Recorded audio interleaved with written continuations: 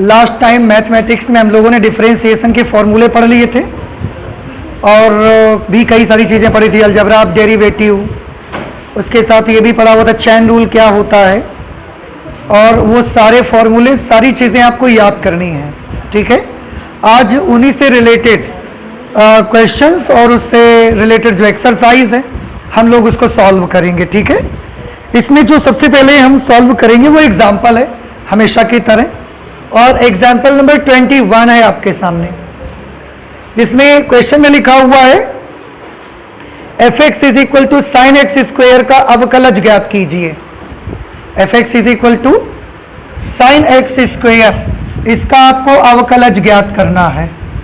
ठीक है, आपको एक चीज याद रखनी है, यहां क्लास 12th में हमारा जो भी अवकलज है वो जब तक आपको ये नहीं बोला जाएगा कि आप इस फलन का इसके सापेक्ष अवकलन ज्ञात करें, तब तक आप उसका अवकलज x के सापेक्ष ज्ञात करेंगे, x का फलन है तो।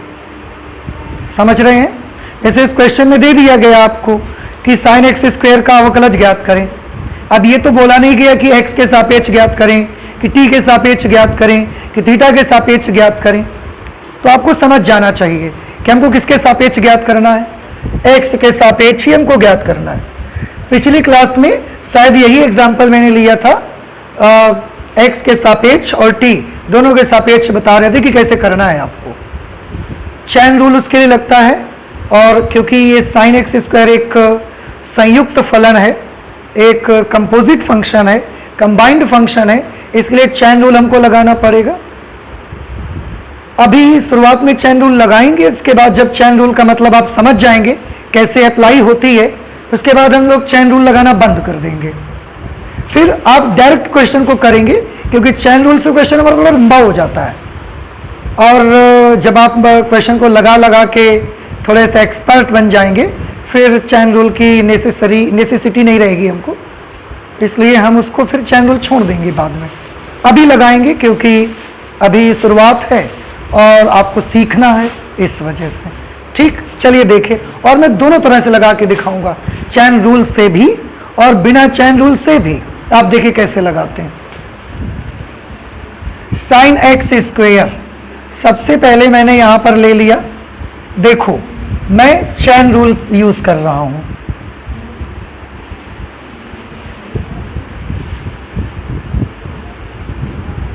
चैन रूल में माना X square is equal to क्या हो जाएगा, टी। एक्स स्क्वायर को हमने क्या मान लिया, टी, कंपोजिट फंक्शन है ये। अगर एक्स स्क्वायर टी मान लिया है तो एफ एक्स की वैल्यू क्या बन जाएगी। अब आप एक काम कर लो, एफ एक्स को बार बार एफ एक्स मत लिखना पड़े, आप चाहें इसको वाई भी लिख सकते हो। आपको याद है ना, Y is equal to F X भी लिखते रहे हम, तो हम इसको y भी लिख सकते हैं। तो अब हम इसको y लिखे ले रहे हैं, और यहां पर क्या लिख देंगे, साइन टी। अब अवकलन करेंगे,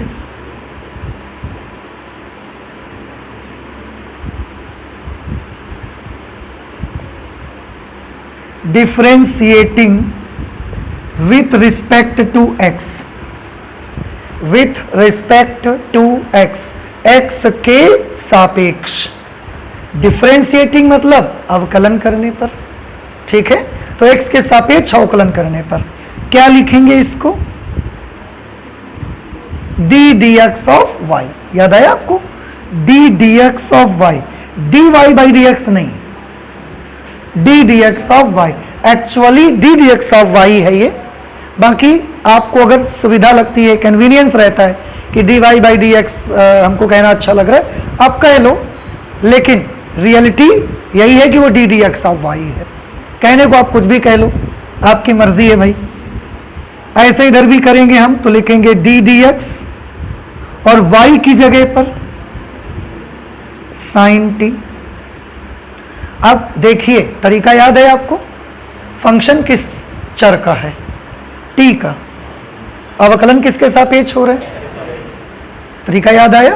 क्या करेंगे सबसे पहले बताओ, टी का फलन है तो पहले टी के सापेक्ष कर लो, तो यहां लिखेंगे D dt of sine t। लेकिन क्योंकि t का फलन x के सापेक्ष कर रहे हो, तो ये जो t आपने जिसको माना हुआ है उसका x के रिस्पेक्ट में कर दो दोबारा, d dx ऑफ t। नहीं समझ में आया? अच्छा, साइन t का डेरिवेटिव t के रिस्पेक्ट में, क्या आपको याद है कि साइन x का डेरिवेटिव x के रिस्पेक्ट में क्या होता है? cos x। तो साइन t का डेरिवेटिव t के रिस्पेक्ट में cos t। t की वैल्यू हमने क्या ली थी? x square. तो हम ये d dx of x square t की जगह पर लिख दिया। ठीक है, अब x स्क्वेयर का हमको अवकलन करना है। x स्क्वेयर का अवकल गुणांक क्या होगा? 2x। मालूम है, क्लास 11 में पढ़ा है ना आपने? थोड़ा सा नहीं पढ़ा? चलिए अच्छा, हम बताते हैं आपको। x स्क्वेयर, आपने एक फॉर्मूला तो अच्छा अभी अभी पढ़ा है ना, n x to the power n minus ना। सेम फंक्शन यहां लिखा हुआ है, n की जगह 2 है बस। ये फॉर्मूला लगाइए, 2x to the power 2 minus 1। 2 minus 1 means 1। अब क्या वैल्यू आ गई? 2x। तो x स्क्वायर का डेरिवेटिव क्या होगा? अब बार बार फॉर्मूला नहीं लगाना है, डायरेक्ट करना है।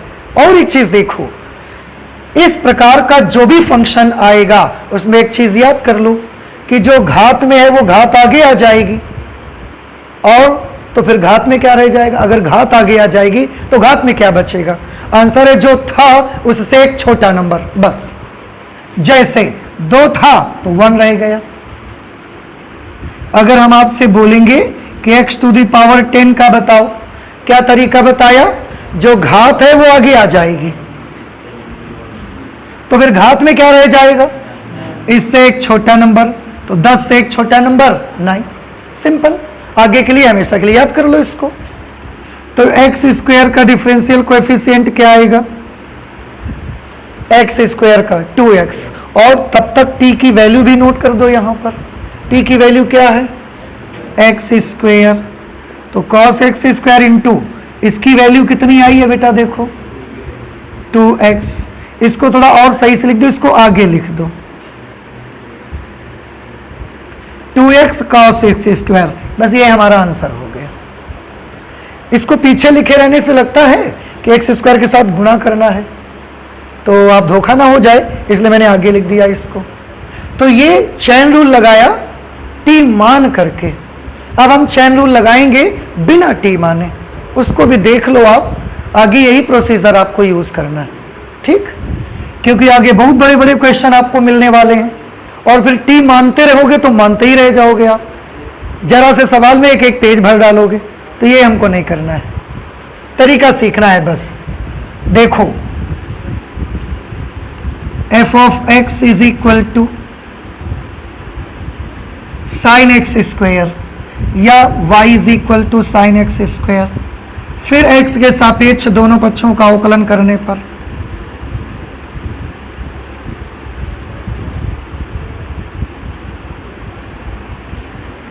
अवकलन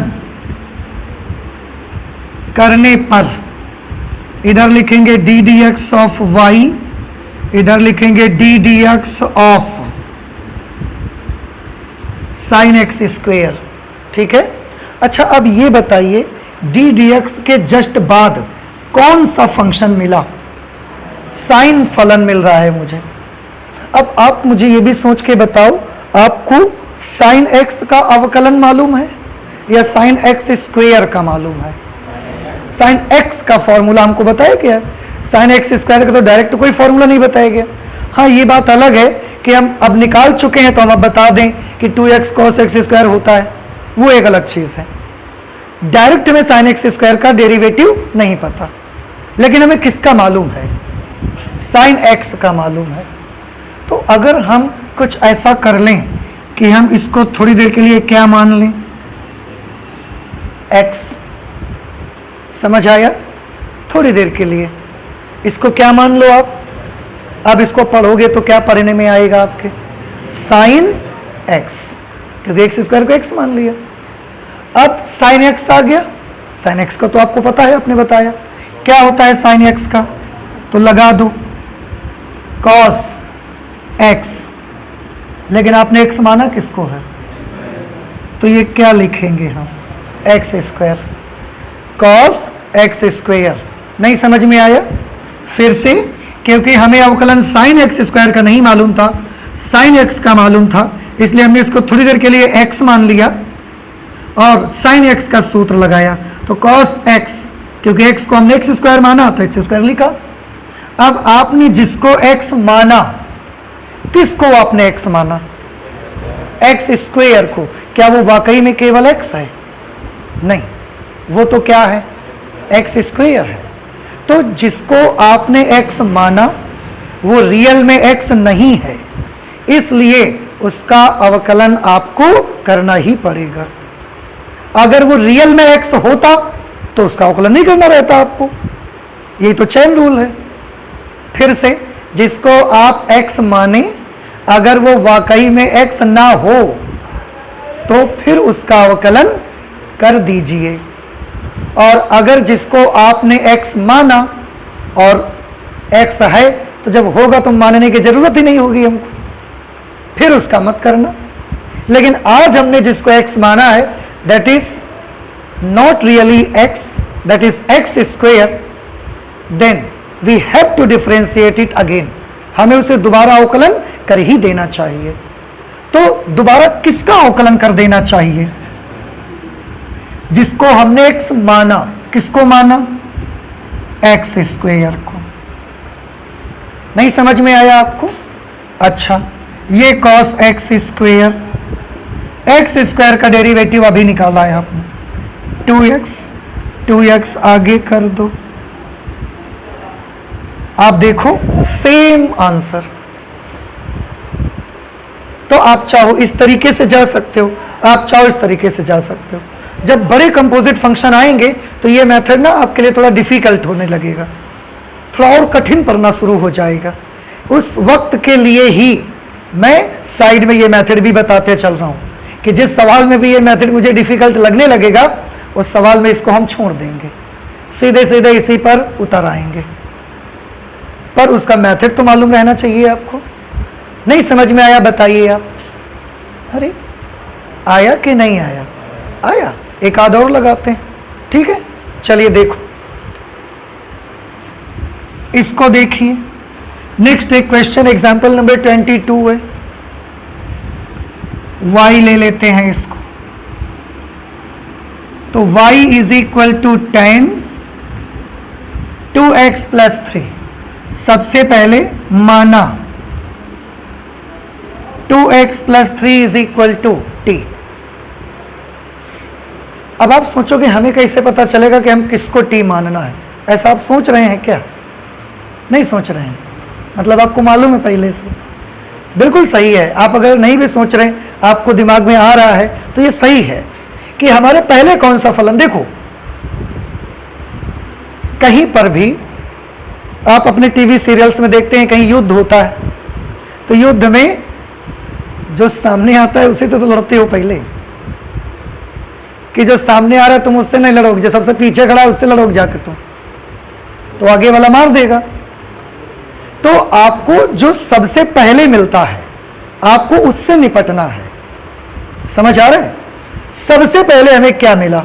tan फंक्शन, इसलिए सबसे पहले हमें tan वाला फॉर्मूला लगाना है। तो उसके साथ जो है, यही तो कला है कि उसको t मान देना है फिर आपको। तो जो सबसे पहले मिला, पहले कौन मिला?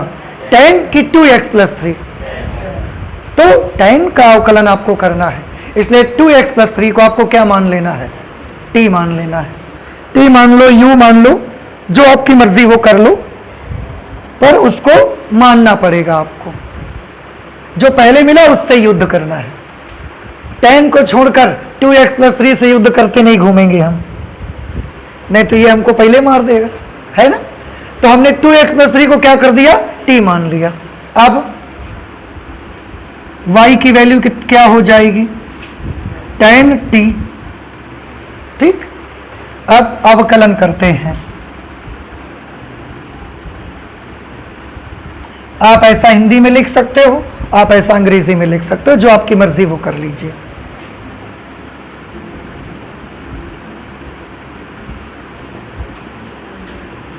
Differentiating with respect to x, d dx of y is equal to d dx of tan t।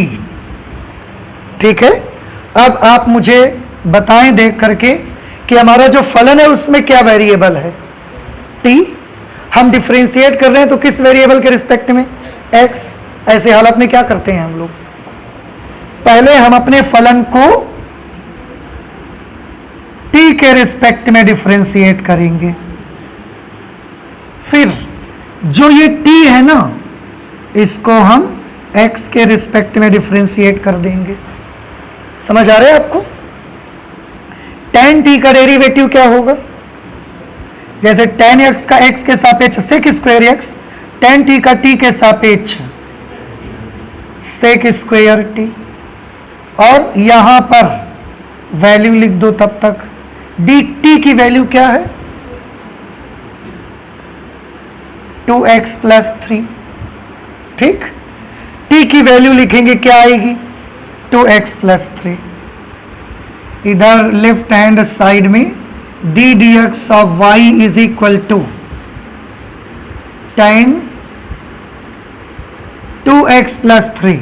अब इसको देखिए, अलजेब्रा ऑफ डेरिवेटिव याद है आपको, oh I am sorry, sec square t होगा बेटा, वो पता नहीं मेरे दिमाग में क्या आ गया,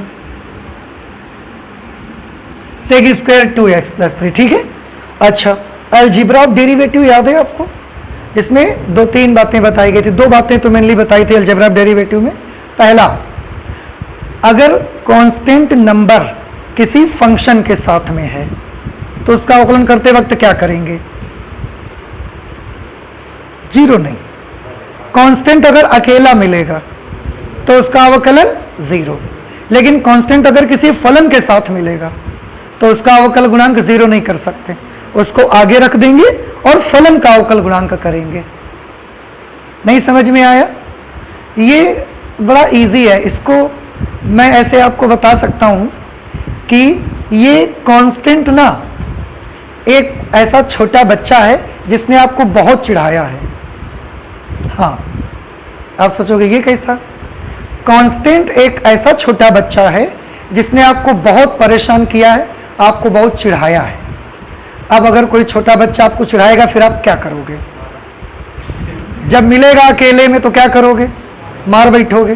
तो अकेले में मिलेगा तो मार बैठोगे ना, तो जब अकेले में मिले तो इसका अवकलन क्या कर देना, जीरो कर देना। लेकिन अगर पेरेंट्स के साथ मिल रहा है फिर मारते हो, फिर तो प्यार जताते हो, आओ बउआ कहाँ जा रहे हो, तो उसको साइड में करो, पेरेंट्स से बात कर लो। जब अकेले मिले अकेले का मौका ढूंढो। तो जब तक ये अचर पद अकेले होगा उसी वक्त हम इसका क्या करेंगे, अवकल गुणांक जीरो कर सकते हैं। अगर ये किसी फंक्शन के साथ में है तो अब आप समझ गए क्या करना है, उसको किनारे करो, फंक्शन का अवकलन करो। आप कुछ नहीं कर सकते उस समय, कुछ करोगे तो लड़ाई हो जाएगी। अब क्या करना है, और उसके साथ अगर प्लस माइनस में कुछ पद हैं तो प्लस माइनस लगाओगे और हर पद को डी डी एक्स मिलना चाहिए। चलिए अब इसको देख के बताइए मुझे क्या लिखना चाहिए। 2x प्लस 3 लिखा है यहां पर, तो 2 अचर पद है, इसके साथ ये x फलन है, तो 2 हमने बाहर कर लिया। अवकल गुणांक किसका करेंगे, D D x of x। यहां अचर पद मिल गया, अकेले फंस गया, अब तो इसके साथ कोई फलन नहीं है, तो डी डी एक्स ऑफ 3। अब हम इसको छोड़ नहीं सकते, बहुत चिढ़ाया है तुम्हें इसने। चलिए नोट करिए जल्दी, मतलब इसको सॉल्व करिए। सेक स्क्वायर 2x प्लस 3, इसका अवकलन करेंगे, 2 तो बाहर ही है, x का डेरिवेटिव x के रिस्पेक्ट में 1, तो 1 को 2 से मल्टीप्लाई करोगे तो 2 आ जाएगा, और 3 का अवकलन x के रिस्पेक्ट में 0, because this is a constant term. अंदर क्या, 2 1 कम 2 प्लस 0, 2 बचा, 2 इसमें गुणा कर दो आप आराम से। 2 हमने आगे लिख दिया, sec square 2x plus 3. Now this is our answer. 2 sec square 2x plus 3. अब आप मुझे बताइए, ये आपको समझ में नहीं आया? आ गया समझ में? अच्छा, अगर हम 3 ना माने तो क्या सवाल नहीं हो सकता? इम्पॉसिबल, ऐसा हो ही नहीं सकता कि 3 ना मानो तो सवाल ना हो। हम 3 नहीं मानेंगे फिर भी आंसर आएगा। देखो कैसे, ये एक मेथड, चैन रूल दोनों है। ये मेथड 2 लगाया था हमने यहां पर, इसमें भी एक मेथड आप देख चुके हैं। दूसरा method y is equal to tan 2x plus 3। सबसे पहले अवकलन करें दोनों पक्षों का। देखिए मैं हिंदी इंग्लिश दोनों लिख के दिखा दे रहा हूं आपको, जो आपको अच्छा लगता है वो आप करिए। x के सापेक्ष अवकलन करने पर इसको हम लिखेंगे D D x of Y is equal to D D x of tan 2x plus 3। आप फिर से देखो, ये एक कंपोजिट फंक्शन है और कंपोजिट फंक्शन में 2 फलनों का कॉम्बिनेशन है। कौन कौन? एक tan x और दूसरा 2x प्लस 3। पहले कौन सा मिल रहा है? tan फलन कि 2x plus 3 function? tan function. तो पहले किससे लड़ाई लड़नी है आपको? tan से कि 2x प्लस 3 से? tan से। तुम पीछे वाले चक्कर में पड़ोगे, आगे वाला ध्वस्त कर देगा आपको। इससे पहले tan को सॉल्व करना है। अगर tan को सॉल्व करना है तो थोड़ी देर के लिए इसको क्या मान लो, फिर x मान लो, क्योंकि हमें डायरेक्ट tan 2x प्लस 3 का अवकलन नहीं आता, हमें tan x का आता है। तो हमने इसको क्या मान लिया? x। अब हमारी नजरों में क्या हो गया? tan x। tan x का अवकल गुणांक क्या होता है? sec square x। ध्यान रखिए, इसको x माना है आपने, sec स्क्वायर x लिखना है। x मतलब क्या? 2x plus 3। उसके साथ हाँ, अब हमने उसके बाद क्या बताया था आपको? क्या करना है उसके बाद बोलिए? उसके बाद हमें ये करना है कि जिसको हमने x माना है, क्या वाकई में वो x है? देख लो ध्यान से, फिर बाद में मत कहना कि हाँ ये तो था। जिसको आपने x माना है, क्या वो रियल में केवल x है? क्या है? अच्छा वो। और अगर वो केवल x नहीं है तो हमको क्या करना चाहिए? उसका अवकलन कर देना चाहिए। पकड़ के कर दो इसका अवकलन। तो D D x of 2x plus 3, और 2x प्लस 3 का करने जाओगे तो यही मेथड जो यहां लगाया था हमने, sec स्क्वायर 2x प्लस 3। 2 बाहर करोगे, x का अवकल गुणांक लोगे। x का अवकल गुणांक क्या? 1 इंटू 2 कर दिया तो 2। 3 अचर पद है, अवकल गुणांक 0। इस तरह से सॉल्व हुआ तो 2 बचा यहां पे, 2 sec स्क्वायर 2x प्लस 3। ये हमारा जवाब हो गया। अब आप देखो, t मानने पर इतना बड़ा पहुंचता है सवाल, t ना मानने पर ऐसा हो जाता है ना? तो ये ज्यादा अच्छा है। और अभी आप सीख रहे हो तो इतनी लाइनें भी खर्च होती हैं। जब आप बिल्कुल माहिर हो जाओगे, एक्सपर्ट हो जाओगे इस तरह के क्वेश्चंस में, तो इतने छोटे सवाल के लिए 1 लाइन चाहिए बस हमको। ये इतनी लाइनें नहीं चाहिए यार, ठीक है? अभी आप सीख रहे हो इसलिए इतनी लाइनें लग रही हैं। तो आप नोट कर लें, this is example number 21 and 22 and I hope कि आप समझ भी रहे हैं। नहीं समझ में आ रहे हैं आपको, आप नोट कर लीजिए। इसके बाद आगे चलते हैं 23 नंबर पे, ठीक है? एग्जाम्पल नंबर 23 में है x के सापेक्ष साइन cos x स्क्वायर का अवकलन कीजिए। ये एक आपको फंक्शन दिया है साइन cos x स्क्वायर, और इसे आपको डिफरेंशिएट करना है भाई x के सापेक्ष, ठीक है? आप कैसे करेंगे? चलिए सॉल्व करना स्टार्ट करते हैं। सबसे पहले हमें आगे क्या मिल रहा है? साइन फलन। तो इसके अलावा बाकी पूरी चीज को क्या मान लो आप? t। तो यहां लिख देते हैं माना cos x square is equal to T. अगर cos x square is equal to T है तो y की वैल्यू कितनी मिलेगी हमको? sin t। देख रहे हैं आप, sin, और इसको पूरे को हमने t मान लिया, sin t। अब x के सापेक्ष अवकलन करने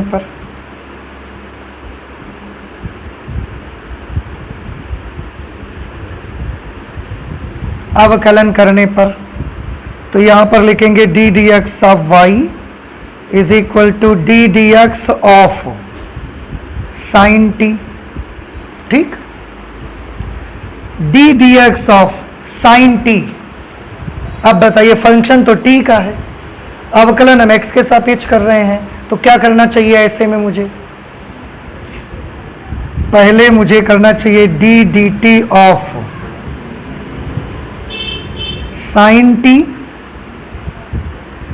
और उसके साथ D D x of T कर लेना चाहिए। ठीक है, अब D D T of sine T, sine की जगह पर हमने साइन लिख दिया, और नहीं सॉरी, साइन टी का कर दो डेरिवेटिव। आप देखो, टी के सापेक्ष साइन टी का अवकलन करना है ना, क्या आएगी वैल्यू बताओ? cos T. और यहां पर जब आप वैल्यू लिखेंगे D D x of T की जगह पर क्या लिखना चाहिए हमको? cos x square. ठीक, अब t की जगह पर हम क्या लिख लेंगे? t की जगह तो हम cos x स्क्वायर लिख देंगे, लेकिन हमारे सामने प्रॉब्लम ये है कि अब cos x स्क्वायर का कैसे किया जाए, क्योंकि फिर से ये एक कंपोजिट फंक्शन है। cos x स्क्वायर है, cos x तो है नहीं, तो इसमें फिर से क्या करना पड़ेगा? हमें फिर से मानना पड़ेगा। किसको मानना पड़ेगा? x स्क्वायर को मानना पड़ेगा। अब क्या मानना पड़ेगा? तो t तो हम एक बार ले चुके हैं, कुछ और ले लो आप, u ले लेते हैं। तो यहां पर हम लिख देंगे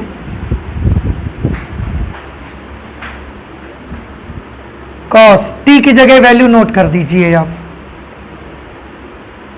cos x स्क्वेयर, और यहां D D x of cos x square. अब प्रॉब्लम इसकी नहीं है, इसका तो हमें कुछ करना ही नहीं है, इसका करना है, तो यहां पर लिख लेते हैं अब x square is equal to T, वो भी केवल इसके लिए, अवकलन इसका नहीं करना अब हमको, केवल इसके लिए। तो इधर की तरफ क्या चल रहा है? इधर की तरफ है d D x of y cos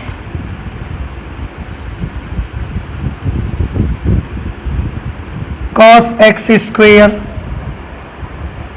cos x square. इसके लिए हमने एक्स स्क्वायर की जगह टी माना है, तो यहां लिखेंगे D D x of cos T, D D x of cos T. अब फिर से थोड़ा सावधानी से देखें, cos x square function, T नहीं, कुछ और कर लो, यू, तो यहां पर u लिख लेंगे। अब आप देखो बेटा, फंक्शन किस चीज का है? u का। अवकलन किसके सापेक्ष कर रहे हैं? x के सापेक्ष। क्या लिखना चाहिए मुझे? D u of cos u, और उसके साथ में फिर d D x of u, cos x square into cos u का यू के रिस्पेक्ट में डिफरेंशिएशन क्या होता है? Minus sine u. Cos x का एक्स के सापेक्ष माइनस साइन एक्स होता है, तो कॉस यू का यू के सापेक्ष माइनस साइन यू, और u की जगह पर वैल्यू लिख देंगे एक्स स्क्वेयर। u हमने एक्स स्क्वायर को माना है ना, वो लिख देंगे यहां। तब तक u की वैल्यू आप एक्स स्क्वायर लिख सकते हो, ये माइनस गुणा में है, आगे आ जाएगा cos x square into sine, और u की जगह पर क्या लिख देंगे? एक्स स्क्वायर का डेरिवेटिव क्या हो जाएगा तब तक 2x। अब इसको सही से लिख दो, 2x आगे कर दो सबसे, माइनस 2x। आप चाहो तो फिर इसको लिख दो साथ में साइन एक्स स्क्वायर, उसके बाद इसको लिख दो कॉस एक्स स्क्वायर। बस यही हमारा आंसर है, minus 2x sign X square cos x square. ये तो हमने टी यू मान करके एक एक किया। अभी आप x मान कर करना चाहेंगे छोटा मेथड, देखो मेथड 2 भी सॉल्व करके देखते हैं उससे कितना बड़ा होता है हमारा क्वेश्चन। आप देखिए ध्यान से, और अगर आपको समझ में आ जाएगा तो उसके बाद वही मेथड हम लोग यूज करना स्टार्ट कर देंगे, ठीक है। मेथड 2 हमारा क्वेश्चन क्या है, sign cos x square.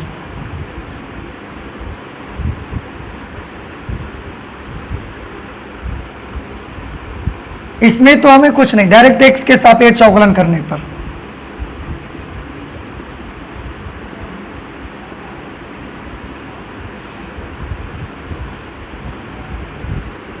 x के सापेक्ष अवकलन करने पर d dx of y is equal to d dx of sine cos x square. अब ये बताइए, इसमें 3 फलनों का कॉम्बिनेशन है, साइन फंक्शन है, कॉस फंक्शन है और एक्स स्क्वेयर भी है। सबसे पहले कौन है, तो इसी का अवकलन सबसे पहले करना है। तो अगर इसका अवकलन करना है तो बाकी इस पूरे को फिर क्या मानना पड़ेगा, x। तो अगर ये साइन x है तो साइन x का डेरिवेटिव क्या होता है, कॉस x। तो हमने लिखा कॉस, और x के स्थान पर क्या लिखना है, वेरी गुड, x के स्थान पर लिखना है कॉस एक्स स्क्वायर। अब आपने जिसको x माना, क्या वो वाकई में x है, नहीं है, तो क्या है वो कॉस एक्स स्क्वायर। ऐसी सिचुएशन पे क्या करना चाहिए, कॉस एक्स स्क्वायर का अवकलन। तो मुझे फिर से डी डी एक्स लिखना चाहिए और मुझे कॉस एक्स स्क्वायर का अवकलन करना चाहिए। अब आप देखें, कॉस एक्स स्क्वायर। अब ये भी 2 फलनों का कॉम्बिनेशन, ये 3 का था लेकिन अब ये 2 का कॉम्बिनेशन है। इसमें कॉस फंक्शन है और एक एक्स स्क्वायर है। पहले कौन सा है, कॉस फलन, इसलिए आप एक्स स्क्वायर को क्या कर लोगे, एक्स मान लो थोड़ी देर के लिए। अगर एक्स स्क्वायर को हमने एक्स मान लिया तो हम इसको क्या पढ़ पाएंगे, कॉस एक्स। कॉस एक्स का अवकल गुणांक क्या होता है, माइनस साइन एक्स। तो माइनस साइन और एक्स हमने माना किसको है, तो माइनस साइन एक्स मतलब एक्स स्क्वायर। अब फिर से सोचो कि क्या जिसको आपने इस बार एक्स माना वो वाकई में एक्स है कि नहीं, नहीं है। क्या है वो, तो उसके साथ क्या करना चाहिए, अवकलन, उसका फिर अवकलन कर दो, D D x of x square. ये चैन रूल देखिए, एक से एक, दूसरे से एक से दूसरा, दूसरे से तीसरा, कैसे कड़ियां बढ़ती जा रही हैं। और एक्स स्क्वायर में किसी को कुछ मानने की जरूरत नहीं है आपको, सिर्फ एक्स स्क्वायर का डिफरेंशियल कोफिशिएंट हमको आता है 2x। वो हम आगे लिख देंगे, माइनस लिख देंगे, इसका 2x लिख दिया, इसका साइन एक्स स्क्वायर लिख दिया, इसका कॉस एक्स स्क्वायर, ये d D x of y. अब आप देखो, एक क्वेश्चन 4 लाइन में लग रहा है, एक क्वेश्चन इतना लंबा टी यू ये वो सब मानना पड़ रहा है। आप खुद महसूस कर सकते हैं ये मेथड ज़्यादा अच्छा है, हमें भी बहुत अच्छा लगता है। इसलिए क्या हम आगे के क्वेश्चन अब उसी से लगाना शुरू कर दें, है ना। क्यों लगाओगे इसको, तरीका तो समझ आ गया आपको। ओके, आप जल्दी से नोट करें और एग्जाम्पल कंप्लीट है। एक्सरसाइज 5.2 पर आ जाते हैं, तो आप तेजी से हाथ चलाएं, एक्सरसाइज 5.2 सॉल्व करते हैं। एक्सरसाइज 5.2 में लिखा हुआ है कि प्रश्न 1 से 8 में x के सापेक्ष निम्नलिखित फलनों का अवकलन कीजिए। 1 से लेकर 8 तक के क्वेश्चंस में x के सापेक्ष अवकलन करना है आपको, जिसमें ये क्वेश्चन नंबर 1 2 3 4 मैंने 4 नंबर तक लिख लिए हैं, एक एक करके हम इनको अवकलन करते जाएंगे, ठीक है। और सेकेंड मेथड ही यूज करेंगे आप सबके लिए। चलिए इसको अवकलन करते हैं।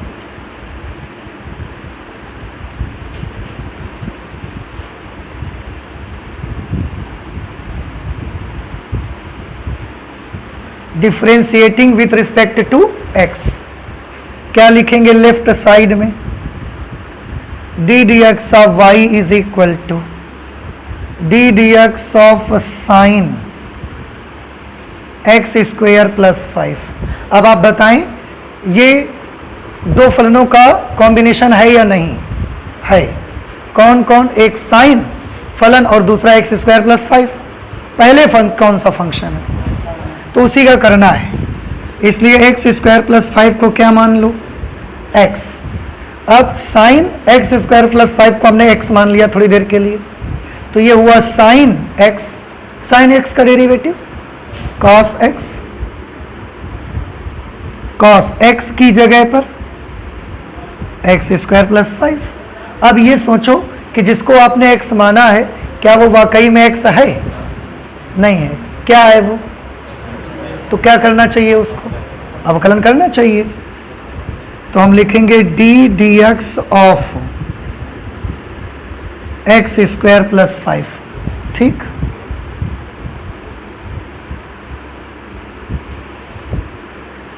एक्स स्क्वायर प्लस 5 का एक्स स्क्वायर का भी करेंगे, प्लस की जगह प्लस लिखेंगे, फिर 5 का भी करेंगे। तो एक्स स्क्वायर का वैसे आपको ऐसे लिखना चाहिए D D x of x square plus D D x of 5। देखो बउआ, cos x square plus 5 D D x x square को भी मिला प्लस डी डी एक्स 5 को भी मिला, क्योंकि इसके साथ कोई वेरिएबल नहीं था तो इसी का अवकलन फिर करना पड़ेगा। ये आ गया cos x square plus 5। X square का डेरिवेटिव क्या होता है? 2x और 5 का 0। इस तरह से 2x आएगा तो 2x cos x square plus 5। बस यही हमारा जवाब हो गया। और आगे से इसको भी जल्दी करना सीख लो। देखो एक्स स्क्वायर का क्या होगा? 2x प्लस 5 का 0, तो 2x प्लस 0 क्या बनेगा? 2x। डायरेक्ट आप इस लाइन के बाद यहां आ जाते। अलजेब्रा डेरिवेटिव हमने बताया, प्लस या माइनस लगाए सबके पास डी डी एक्स जाएगा। इसको करना है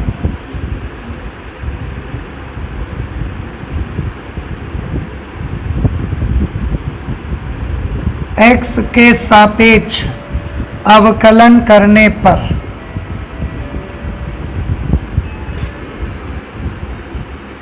d D x of Y is equal to D D x of cos sine x. अब बताइए इसमें क्या किया जाना चाहिए मुझे? साइन एक्स को थोड़ी देर के लिए क्या मान लीजिए? एक्स। अगर इसको आपने थोड़ी के लिए एक्स मान लिया तो अब क्या पढ़ेंगे आप? कॉस एक्स का डेरिवेटिव बताइए, माइनस साइन एक्स की जगह पर साइन एक्स। Very good. और जिसको आपने एक्स माना क्या वो वाकई में एक्स है? क्या है? Sine x. क्या करना चाहिए उसे? एक्स के सापेक्ष अवकलन। तो D D x of sine x. Sine x का अवकल गुणांक क्या आता है? Cos x. कॉस एक्स इसका हो जाएगा, बाकी ये लिख देंगे। तो यहां पर d D x of y, cos x इसका हो गया और बाकी है साइन एक्स। ये आंसर आ गया सेकेंड पार्ट का। समझ आ रहा है ना सबको? नहीं समझ आ रहा है? आया? थर्ड नंबर आप देखें इसको, x के सापेक्ष अवकलन करने पर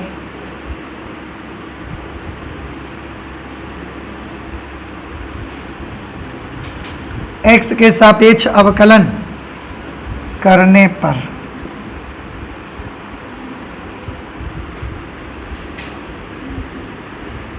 d dx of y is equal to d dx of sine ax plus b। अब बताइए इसका क्या करेंगे आप? थोड़ी सी देर के लिए ax प्लस b को क्या मान लो? x। तो पढ़िएगा क्या इसको फिर? साइन x का अवकल गुणांक cos x। x माना किसको है आपने? तो वो लिखो। अब जिसको आपने x माना है, क्या वो वाकई में x है? नहीं है। तो क्या है वो? ax प्लस b है। तो उसको क्या करना चाहिए? अवकलन करना चाहिए। अब इसका अगर आप समझते हैं, a अचर पद है, x वेरिएबल है, तो a का अवकल गुणांक क्या करेंगे? 0 कर दें क्या? नहीं, क्योंकि इसके साथ चर आ रहा है। a को बाहर करेंगे, अवकल गुणांक किसका करेंगे? कितना होता है? 1। तो ये हमने लिखा cos और ये ax प्लस b। अब इसका देखो, a बाहर कर दिया, x का अवकल गुणांक कितना हो गया? 1 प्लस b का अवकल गुणांक, क्योंकि ये प्योर कांस्टेंट है, a 1 से मल्टीप्लाई करेंगे, a का इससे गुणा करा दो, a हमने बाहर कर दिया, cos ax प्लस b। ये आंसर आ गया। 3rd number question. इसके बाद 4th नंबर क्वेश्चन।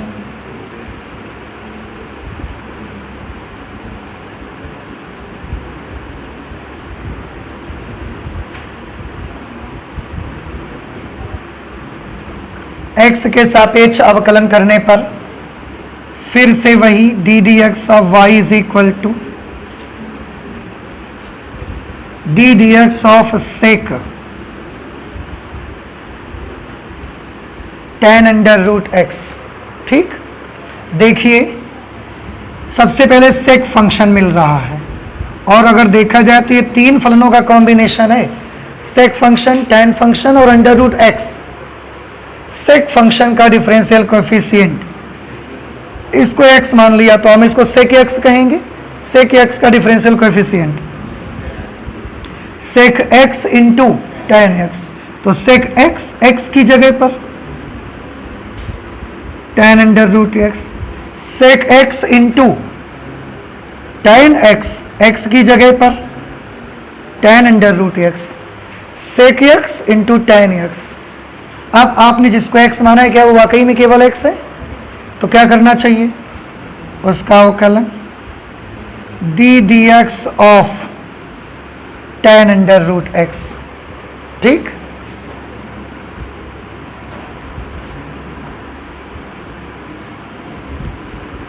इधर d dx ऑफ y है,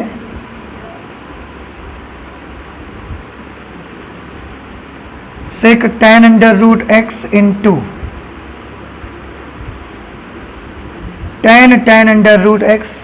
अब इसमें आपको क्या करना पड़ेगा बताइए? अभी भी ये कंपोजिट फंक्शन है, तो पहले कौन सा फलन दिख रहा है? tan x, इसलिए इसको क्या मान लो? तो ये क्या बन गया? tan x। tan x का अवकल गुणांक sec square x, sec square x की जगह पर अंडर रूट x। अब फिर से सोचिए कि इस बार जिसको आपने x माना, क्या वो रियल में x है? क्या है वो? तो उसको क्या करना चाहिए? अवकलन।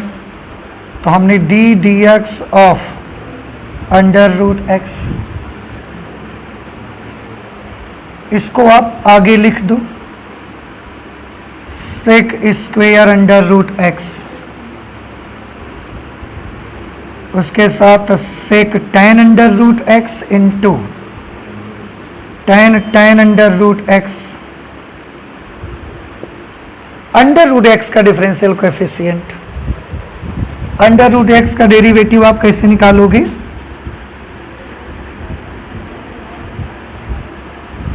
इसको बेटा हम लिख सकते हैं x टू दी पावर 1/2, अंडर रूट लगा है, और x to the power n का फॉर्मूला लगाएंगे।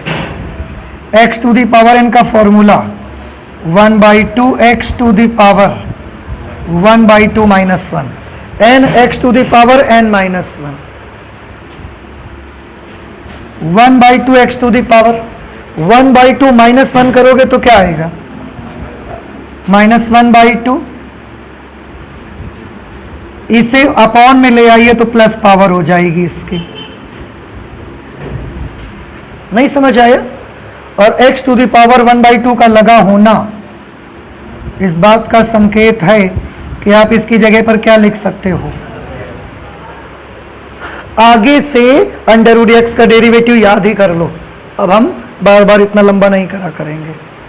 तो जब कभी √x आएगा उसका डेरिवेटिव क्या लिख दोगे? बस सीधे, ध्यान रहेगा आपको। अब हम बार बार नहीं करके दिखाएंगे, इसमें कोई डाउट तो नहीं किसी को? तो √x का डेरिवेटिव करना है, दिस विल बी 1/2 √x। बस हो गया जवाब। वैसे आप चाहें तो भाई थोड़ा सा हम और लिख सकते हैं इसको, d dx of y is equal to sec square √x sec tan √x tan √x, और ये अपॉन में है तो अपॉन 2 √x। आप ऐसा लिख सकते हो इसे। तो ये हमने कौन सा क्वेश्चन कर लिया? Question number 4, exercise 5.2, question number 4, sec tan √x tan √x sec square √x upon 2 √x। अब ये बताएं कि क्या ये क्वेश्चन आपको समझ में नहीं आया? आ गया? तो अभी आपने एग्जाम्पल लगाए, 3-4 एक्सरसाइज के क्वेश्चंस लगाए हैं। मुझे लग रहा है कि आप समझ रहे हैं। आप आगे के क्वेश्चंस भी ट्राई कर सकते हैं, 5, 6, 7, 8। तो आज हम 4 नंबर तक ही रखेंगे इस एक्सरसाइज में, आगे और भी सॉल्व करेंगे लेकिन अब नेक्स्ट क्लास पे करेंगे। तो आज मैथमेटिक्स में इतना ही रखते हैं, चलते हैं, मिलते हैं अगली क्लास पे। Thank you.